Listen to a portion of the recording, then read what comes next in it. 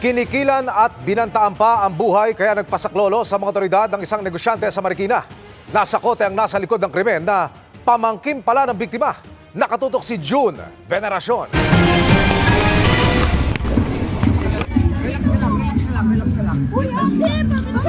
Huli ang babaeng ito sa entrapment operation ng PNP Anti-Cybercrime Group sa Marikina, kaugnay ng reklamong extortion.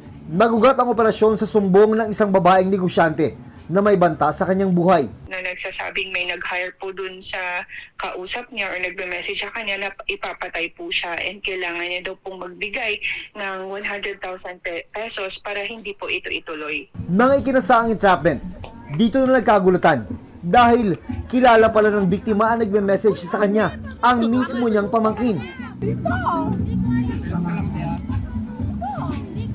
On the very day ng operation po na nalaman niya po na pamangkin niya po pala yung nagme-message din sa kanya. Ang sabi niya lang po dun sa investigator, kailangan niya lang po ng pera. Ma'am, baka may gusto kang sabihin tungkol sa binibintang sa'yo. Wala po.